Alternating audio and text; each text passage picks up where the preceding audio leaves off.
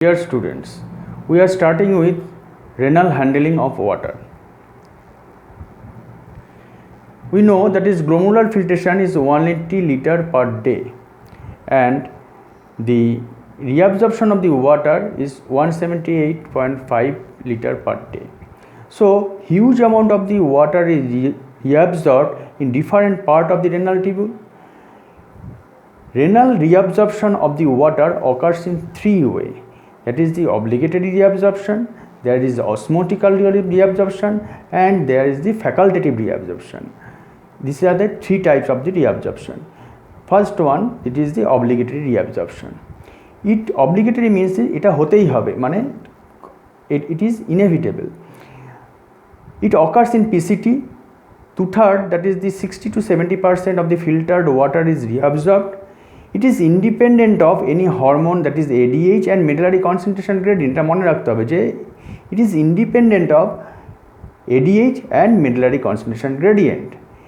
It is dependent on the amount of the solute reabsorbed. কতটা amount of solute, that is the sodium, glucose, amino acid reabsorb হচ্ছে তার উপর এটা depend করছে, and not depends on plasma osmolarity. plasma osmolarity বেশি হলেও যা reabsorption হয়, plasma osmolarity কম হলেও তার reabsorption হবে একই হবে.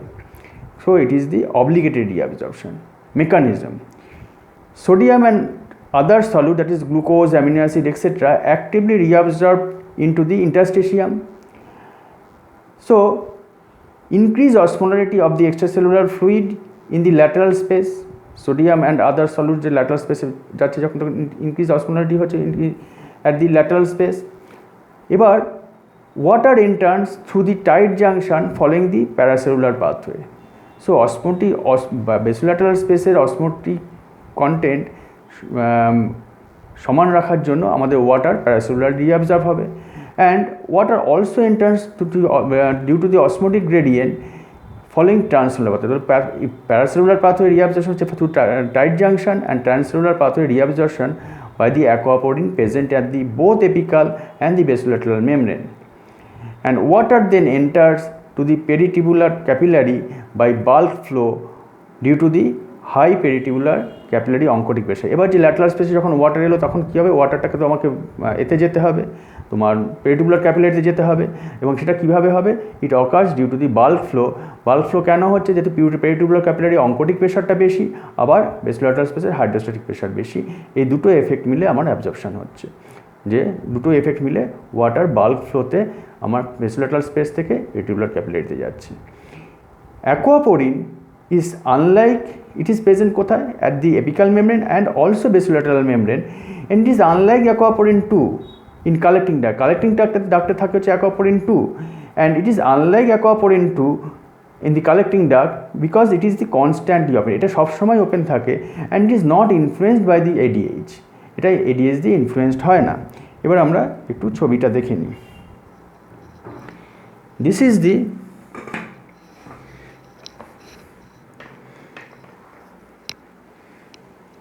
the PCT cell, proximal convoluted tubular cell, and there is the absorption of the sodium and the glucose, that is the solute absorption, and the constant, and this glucose and sodium goes to the lateral basolateral space. So basolateral space এ আমার hydrostatic pressure, basolateral space এ osmolarity অনেক increase করছে. So water enters to the transcellular pathway by the aquaporin 1. Aquaporin 1 present at the apical membrane and also at the basolateral membrane. Aquaporin enters to the transcellular pathway. This is the water enters, and when water increases at the cell, it goes to the aquaporin 2 at the basolateral membrane to the basolateral space, and when there is the increase of the, and water also enters to the paracellular route, and when there is the increased amount of the water in the basolateral space, that is the hydrostatic pressure increases, it enters at the peritubular capillary, as here the oncotic pressure is increased.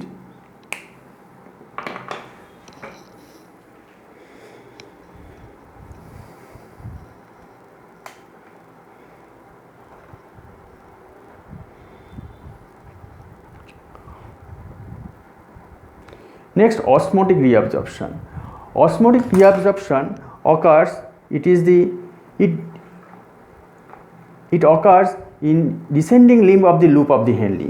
Descending of the loop of Henle আমরা কি জানি, it is the freely permeable to water but less permeable to solute, এটা আমরা জেনেছি। 20% of the filtered water is absorbed in this way. Water comes out due to the higher osmolarity at the medullary interstitium, that is medullary concentration gradient. যখন আমাদের loop of Henle দিয়ে যখন আমার কন্টেন্টটা pass করছে তখন দেখা যাচ্ছে যে outside the interstitium that medullary concentration gradient is high up to the at the tip is 1200 milliosmol per liter, and this causes this osmotic reabsorption of the water. If mcg is lost, medullary concentration gradient is lost, this reabsorption will not occur.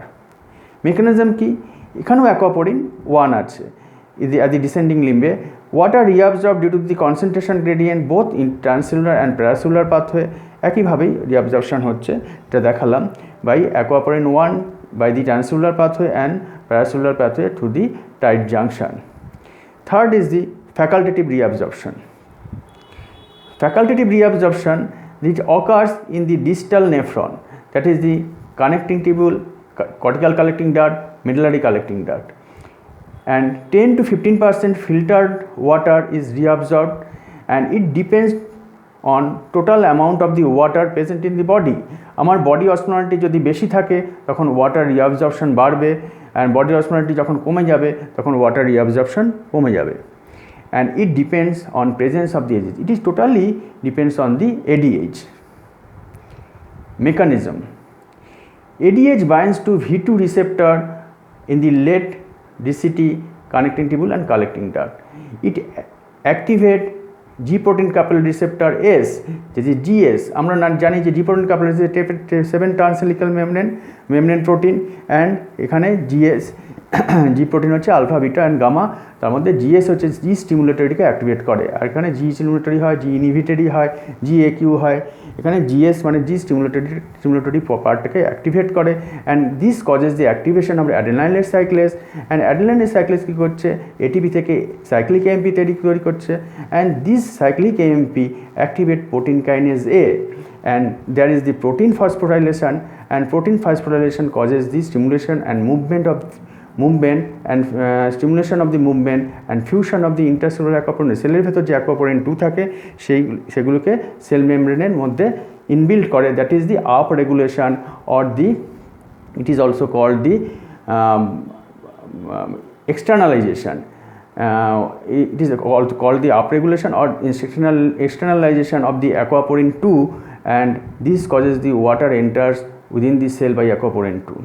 এবার cell this is influenced by the ADH, aquaporin 2 is influenced by the ADH. এবার সেলের ভেতরে যখন water অনেক বেড়ে যাচ্ছে তখন কি হচ্ছে, aquaporin 3 and 4 present at the basolateral space exit water rapidly, নাহলে সঙ্গে সঙ্গে বের না করে দিলে কী হবে, ওয়াটারটা সেলটা রাপচার করে যাবে, সেল অনেক ওয়াটার ইনক্রিজ করে, and from the cell to ইন্টারস্টিশিয়াম।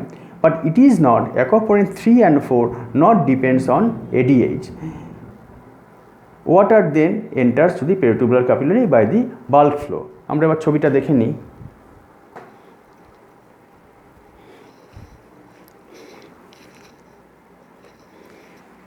This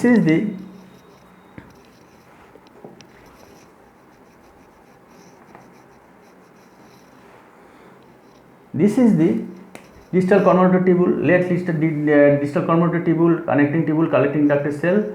এখানে ADH বাইন্ড করছে, ADH binds with it.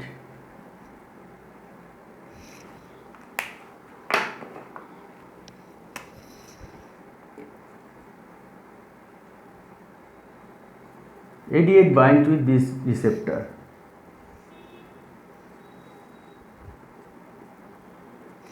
Bind করার পর কি হচ্ছে, আমার GS স্টিমুলেট দি GS V2 receptor সঙ্গে বাইন্ড করছে, and stimulate the GS, and GS is causes the activation of the adenylyl cyclase, and this causes breaking of the ATP থেকে cyclic AMP তৈরি করছে. Cyclic AMP causes the activation of the protein kinase A, and there is protein phosphorylation, and protein phosphorylation causes the externalization, that is the up regulation of the aquaporin 2, দেখো এই ভেতরে সেলের ভেতরে এগুলো রিসেপ্টারগুলো থাকছে অ্যাকোয়াপোরিন two water channel, এগুলো আপরেগুলেশন হয়ে sell মেমব্রেনের মধ্যে এটা ইনবিল্ড হয়ে যাচ্ছে। So there is the absorption of the water from the lumen to the enter into the cell. And যখন সেলের ভেতরে ওয়াটার অনেক বেড়ে গেল তখন এটা this is exits from the cell through the basolateral space. এখানে থাকে হচ্ছে অ্যাকোয়াপোরিন 3 and 4। এই aquaporin 3 and 4 is not influenced by the ADH, but aquaporin 2 is influenced by the ADH. এই পার্টটা কিন্তু এডিএইচ দিয়ে ইনফ্লুয়েন্সড হচ্ছে না।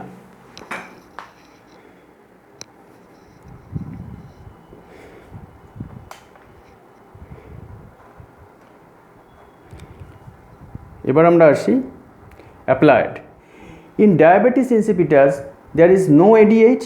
ডায়াবেটিস ইনসিপিটাস কী হচ্ছে, there is no ADH and there is no facultative reabsorption of the water, that is the third part, 10 to 15% water reabsorption হবে না। So 10 to 15% filtered water not reabsorbed, তাহলে 180 থেকে 10 to 15% কত হবে, যে তোমার 180 থেকে 18 থেকে 20-25 লিটার অবধি ইউরিন আমার পার ডেতে হবে। In SIADH, that is syndrome of inappropriate secretion of the ADH, কিছু কারণে যেমন হয়, যেমন লাং ক্যান্সার, এগুলোতে দেখা যায় যে আরও কিছু যারা অ্যান্টিডায়াবেটিক ড্রাগ খায় তাদের দেখা যায় যে এডিএইচ কোনো মানে প্রচুর এডিএইচ সিক্রিশন হয়। এই this causes the increase, SIADH causes the increased secretion of the ADH and this causes the hypervolemia and there is the increased BP and hyponatremia। ADH যদি বাড়ে তাহলে ভলিউম বাড়বে, বিপি বাড়বে এবং হাইপোনাট্রিমিয়া হবে। In diabetes mellitus, there is the increased osmolarity of the tubular fluid due to more glucose। কাজে tubular ফ্লুইডে অনেক glucose রয়েছে ডায়াবেটিস মেলাইটাসে, সব অ্যাবজর্পশন হয় না। আমরা আগের ক্লাসে পড়েছি টিম্যাক্স যদি ইনক্রিজ করে যায় তাহলে গ্লুকোজ আমার টিউবুলে থেকে যাবে এবং ইউরিনে এক্সক্রিট হবে। So this has the osmotic effect, this glucose has the osmotic effect and it holds water and increase the excretion of the glucose along with the water occurs in spite of presence of the ADH. Same occurs in the mannitol. When আমরা gives this is the mannitol is a drug we gives during the treatment of the cerebrovascular accident, CVA, cerebrovascular accident আমরা দিই, মানে stroke হলে, মাথার ভেতরে haemorrhage হলে বা মাথায় যদি কোনো ইনফাকশন হয়, রক্তনালী বুঝে গিয়ে যদি ইনফাকশন হয় তাহলে সেখানে আমরা ম্যানিটল দিই এবং this causes the increase osmolarity of the tubular fluid and water excrete in the urine. তাহলে কেন আমরা দিচ্ছি, যেহেতু ওয়াটার বেরিয়ে যাচ্ছে, body is dehydrated, body osmolarity is increases and this causes the যে আমার যে হেমারেজ হচ্ছে তার চারিদিকে যে ফ্লুইডগুলোকে ড্র করে নিয়ে আসতে পারে, কাজেই এই ডিমাটা কমে যাবে। 3 and 4 also call the osmotic diocese. এই যে ডায়াবেটিসে যে গ্লুকোজ এবং mannitol, this causes the osmotic diocese. এই দুটোর জন্য যে আমার ইউরিন বেশি হয়ে গেল, ওয়াটার বেরিয়ে গেল, সেটাকে বলে osmotic diuresis. As increase volume of the urine due to the increase solute in the urine. যেহেতু এখানে আমার ম্যানিটল বা গ্লুকোজ যদি বেশি থাকে তাহলে আমার ওয়াটার এক্সক্রিশন বেড়ে যাচ্ছে। Mechanism of osmotic diocese. এবার আমরা দেখি যে অসমোটিক ডায়োসিসটা কী করে হচ্ছে। Increase osmotic particle, that is glucose, urea, mannitol in the proximal convoluted tubule. It causes the increased water retention, কারণ ওয়াটারটাকে ধরে রাখে, এটা অসমোটিক ক্যাপাসিটি আছে, and as water retention occurs, decrease sodium concentration in the PCT হবে and decrease sodium reabsorption. যদি পিসিটিতে sodium concentration কমে যায় তাহলে কী হবে, সোডিয়াম রিঅ্যাবজর্পশন কমে যাবে due to the low gradient and increase water and sodium goes to the descending limb of the loop of Henle. এবার increase sodium and water descending limb of the loop of Henle তে চলে গেল, but here there is the decreased water reabsorption here due to the medullary concentration gradient এখানে কম থাকছে, যেহেতু by the VCS cycle এটা medullary concentration gradient কেন কম থাকছে, যে একবার দেখো এখানে medullary concentration gradient কম থাকছে, তারপরে কী হচ্ছে, যদি কম থাকে তাহলে ওয়াটার রিঅ্যাবজর্পশন হলো না, অ্যান্ড ওয়াটার রিঅ্যাবজর্পশন না হলে আমার অ্যাসেন্ডিং লিমে কী হলো, অনেক ওয়াটার এবং মিনারেলস, সোডিয়াম অ্যান্ড আদার্স গোস। যেহেতু অ্যাসেন্ডিং লিম্বে এই এতগুলো যাচ্ছে, অনেকটা ওয়াটার যাচ্ছে, তাহলে সেখানেও আমার কনসেন্ট্রেশন গ্রেডিয়েন্টটা কম আছে। তো সোডিয়াম পটাশিয়াম 2 ক্লোরাইড যদি এনকেসিসি দিয়ে আমার রিঅ্যাবজর্পশনটা কম হবে, অ্যান্ড এই যে রিঅ্যাবজর্পশনটা কম হলো তার জন্য কী হলো, মেটালিক কনসেন্ট্রেশন গ্রেডিয়েন্ট কমে থাকলো, which again decrease the medullary concentration gradient. So here the medullary concentration gradient decrease caused by this effect. And fluid present in the distal nephron, যে ফ্লুইডটা আমার ডিস্টাল নেফ্রনে যাচ্ছে, content excess sodium and water, কারণ এখানেও absorption, descending লিম্বেও absorption হলো না, ascending লিম্বেও আমার সোডিয়াম অ্যাবজর্পশন হয়নি, তাহলে অনেকটা সোডিয়াম এবং ওয়াটার আমার ডিসেন্ডিং লিম্বে আমাদের ডিস্টাল নেফ্রনে যাচ্ছে।